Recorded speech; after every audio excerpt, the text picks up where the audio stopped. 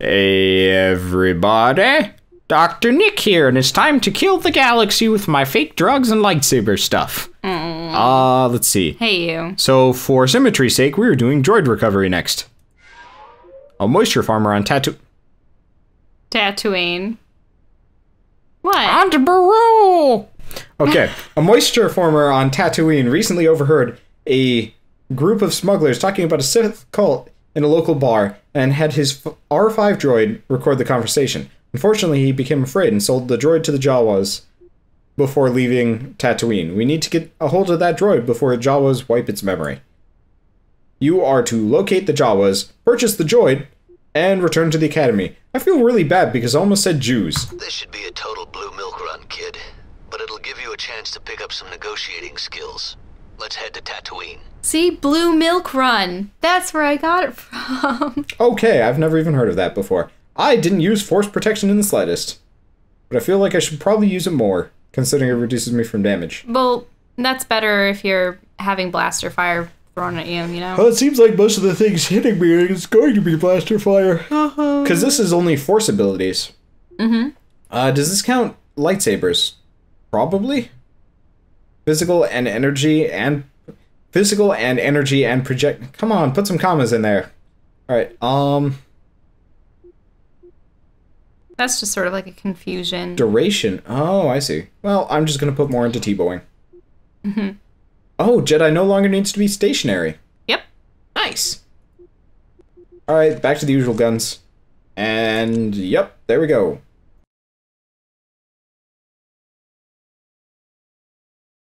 I remember this one. I don't. Of course you don't. You haven't played this before. Jawas, never around when you need them. Tracks. Maybe they've already come and gone. Go see if you can find their sandcrawler. They might have stopped in that canyon. I'll talk to the moisture farmers, see if they know anything about this cult. All right. Don't worry, Jawas are pretty friendly. Unless you're made out of metal, and then they'll hug you to death with their laser butts. All right. Now, we're gonna try to figure out. We're going to test to see if I can save. We can save. Yes. Oh, and it is auto-saved. Awesome. Perfect. That's exactly what I needed to know. So we're gonna save over this one. Oh. Who cares? Good to know. I always named my saves. Description. Oh, here? No. Yep. Okay, no, click on the description. Oh, here. Nah. Come on. There we go. Yes. All right, let's go find us some little dust midgets. Let's go. No, Friggin'. it's... Oh, hey. So you fight a bunch of Tusken Raiders It's in this Snad one. people. Snad people. I guess my aim has gotten a little bit better. Wonder if I can use my... Oh, there it is. Shield. So... Oh. So... Yeah, they don't hurt you. Don't do anything to them. Don't... Butt sparkles. Face sparkles. Yeah. Alright, let's go. F4. There's like nothing. Alright, so that shield is not nearly as useful as I was hoping it would be.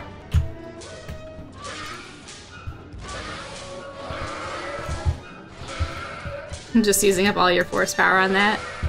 All right, I forgot that. Oh, they're that snipers, by the way. Well, two can play at that game. Do you know what really upset me? The fact that...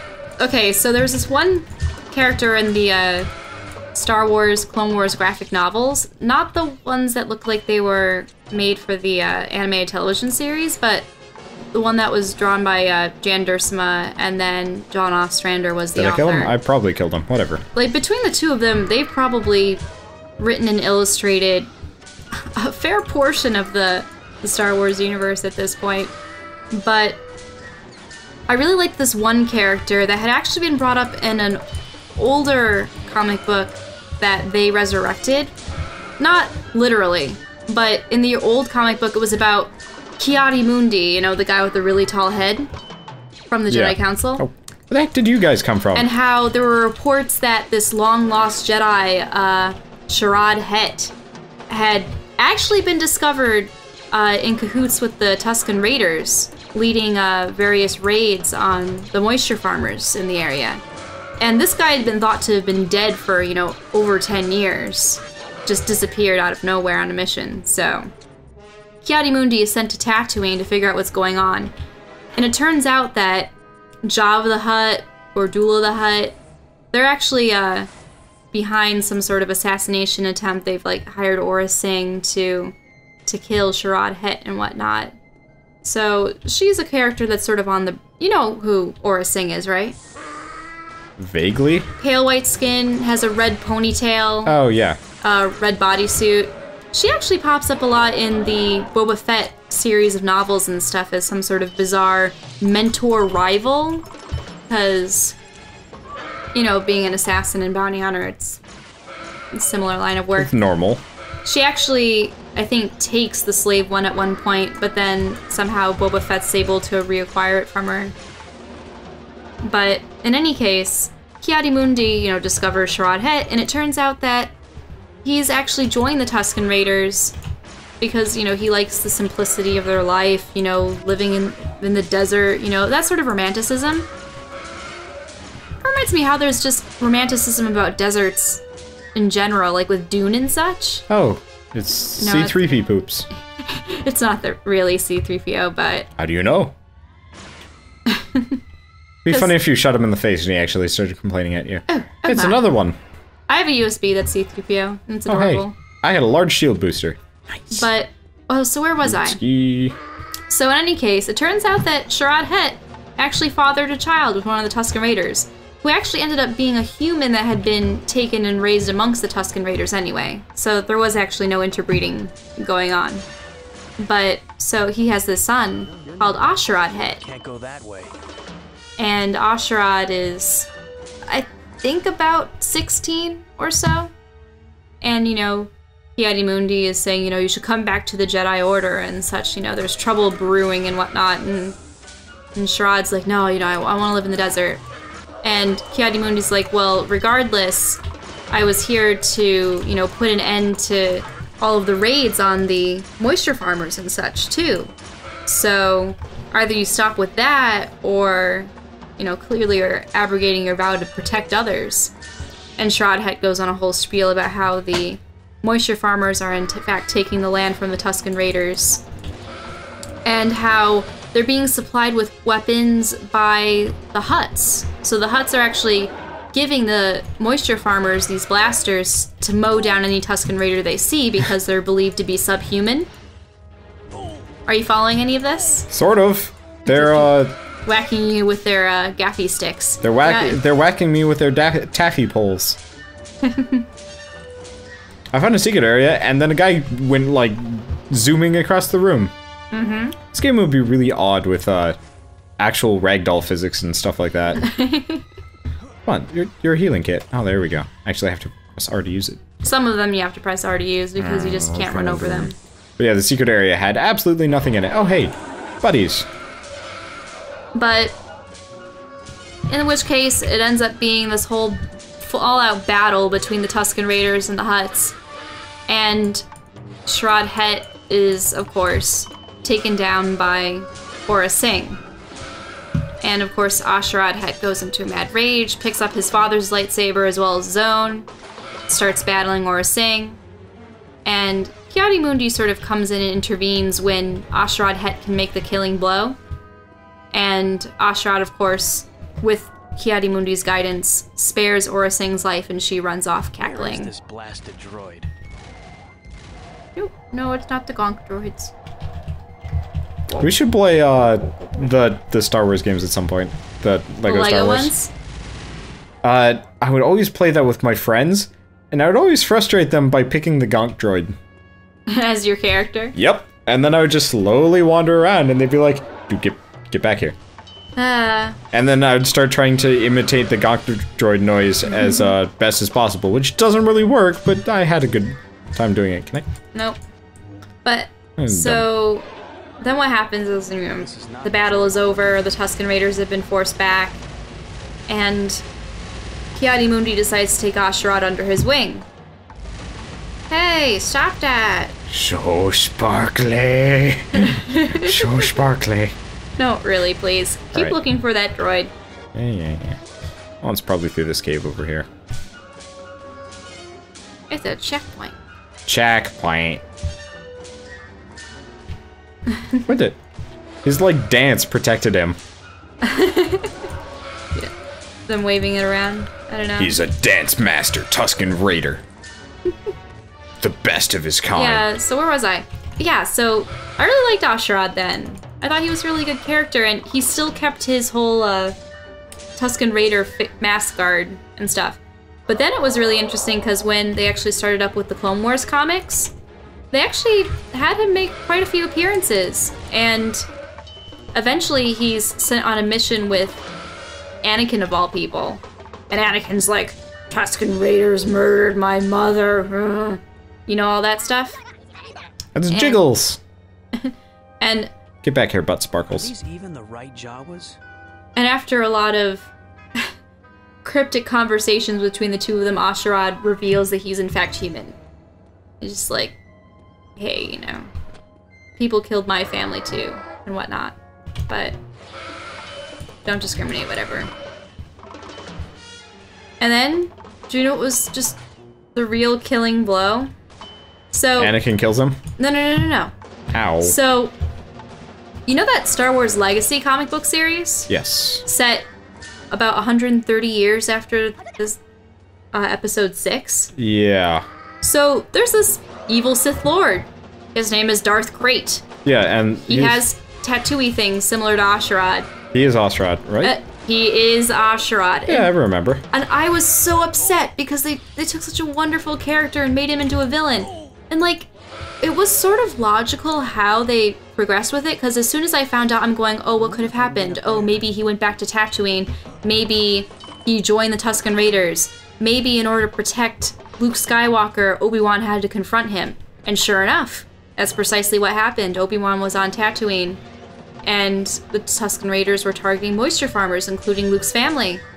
And he's saying, you know, I have to protect someone, and you shouldn't be doing these to the moisture farmers. And Ashrad sort of had the same view as his father, where, you know, they care nothing about us and they'll mow us down like animals. So they have a battle, and in the battle, Obi-Wan cuts off one of Ashrad's arms and sends him on his way.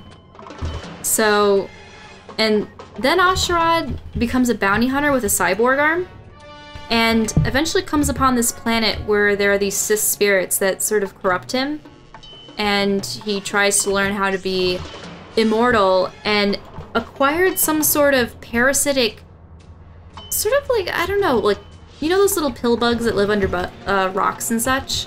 Yeah. So imagine those completely covering his body. Oh yeah, they're the Like the obelisks or obelisks. They're some odd creature.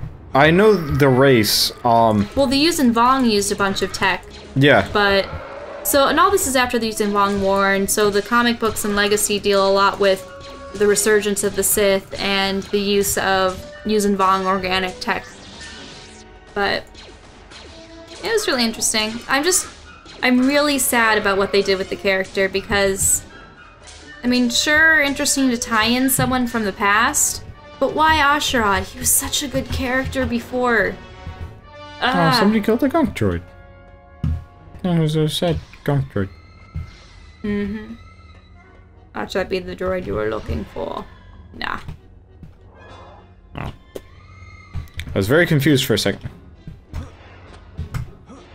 Hey, that's how I get up.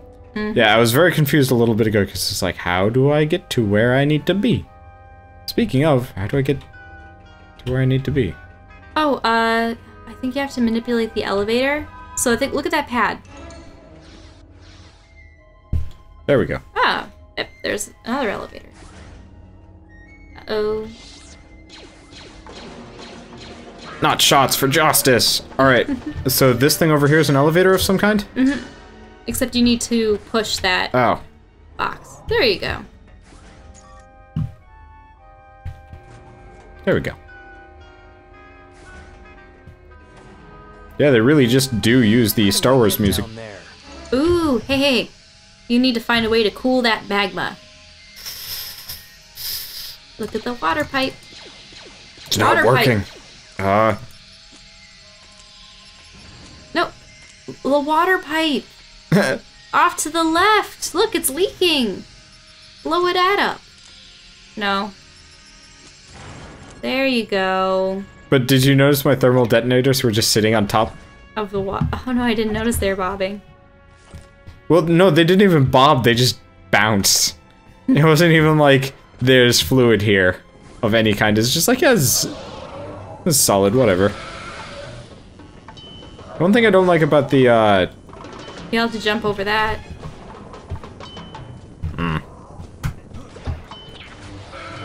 Yeah, the one thing I don't like about the, sand people is that they are very knockover happy, and it's kind of frustrating. Get out of my way, doers. This is an elevator, right? Yes. Woo, I can carve trails. Yeah, this is where a lot of droids are stored. How many droids do these Jawas have? It annoys me that there's no subtitles for when, like, he's just randomly talking. Oh, that does. Oh, that probably summons the elevator. Yep, it does. It's a gank. That's probably not the one you're looking for. Gank Druid. No, I know it ain't. But I like messing with the ganks. Are you having fun? It's enjoyable. I'm having more fun with this game than Force Unleashed, which is strange. Because you'd think they would have learned from things. The answer is no, apparently. So well, I want to heal. Force Unleashed, you had a character that you disliked. You're, you know, doing going things on, that were kind of despicable-ish. And many of the people you were fighting came off as bland and sort of unwholesome as Jedi. And then I love Felucia. That was my favorite realm, world, whatever. I think you maybe need to move that other crate. Yeah, probably. At the far end. Oh, because the droid you need's behind it. There we go. No, there you are. Zappy zap zap! No. Be the droid we were sent for. But it doesn't look like there's any Jawas left to negotiate with. Well, I guess you better just follow me. Yep. Did you ever play the Star Wars droid game? No, which one would that be? You could make your own droid and do things with them. Oh no, I never did. My friend had it, and it was like the best game ever. And I always wanted it, and I think I even tried downloading it recently, but just the graphics were just so terrible that it wasn't even worth, like, speaking of. I liked playing the, oh, what was it? So I was in about, oh, what grade when Star Wars Episode 1 came out? Oh, Pod Racer? Probably 10, no. It was a math game. Huh. I was starting to get worried. Any problems? Not unless you count the sand people I ran into. Well, you're still in one piece, so you must have handled yourself all right. Let's get this droid back to the Academy. Good work, Jaden. Kyle tells me you recovered the droid on your own. It's too bad about the Jawas. R2 will scour the droid's memory banks and see what information it turns up. Angry face. Bob Bergen. Stop looking angry. Life is good. Actually, I think they mirrored the face, and that's why the texture's awkward. Because if you notice, his face is, I mean, like, perfectly symmetrical, but also just, like, has that slight, odd look to a face that was mirrored. No, that's always This is interesting. getting more serious. We have been receiving numerous reports of a Sith cult called the Disciples of Ragnos appearing all over the galaxy. Yeah, Marka Ragnos. Bumped the mic. Sorry, people. Alright, so, we could move on to that, or we could just continue our normal things. Back to Tatooine, I think. Yeah. Alright, see you guys on the next episode.